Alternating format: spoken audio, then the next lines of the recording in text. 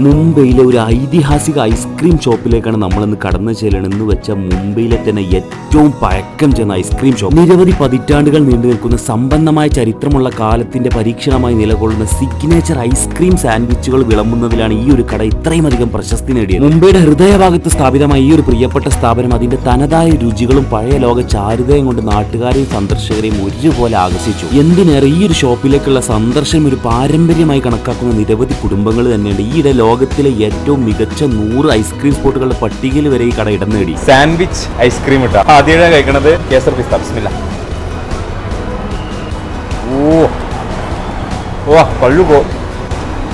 പല്ലു കോച്ചി ഒരു variety walnut ക്രഞ്ചും choco roast ആൽമണ്ടും ഇട്ടാ. എല്ലാവരും ഓക്കെ ഫീലുള്ളൂ.